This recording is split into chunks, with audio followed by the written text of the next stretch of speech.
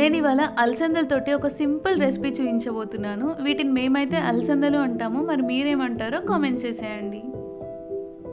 First అయితే ఈ అలసందలని ఒక 4 అవర్స్ పాటు వాటర్‌లో సోక్ చేసి పెట్టుకుంటున్నాను. 4 అవర్స్ తర్వాత అవి బాగా వాష్ చేసుకున్న తర్వాత కుక్కర్‌లో వేసేసుకొని కొన్ని వాటర్ మాత్రమే వేయాలి. మరీ ఎక్కువగా వేయకూడదు.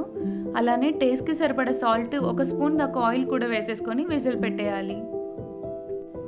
3 విజిల్స్ వచ్చాక ప్రెషర్ పోయాక మూత తీసి అందులో ఉన్న వాటర్ అంతా కూడా డ్రైన్ చేసేసుకొని పక్కన పెట్టుకోవాలి. తర్వాత అందులో చిన్నగా కట్ చేసి పెట్టుకున్న ఆనియన్, టొమాటో, పచ్చిమిర్చి, కొత్తిమీర, లైట్‌గా సాల్ట్, పెప్పర్ పౌడర్, ధనియాల పొడి, ఇంకా కొంచెం ఆనియన్‌ని కూడా స్క్వీజ్ చేసుకొని అంతా బాగా మిక్స్ చేసుకోవాలి.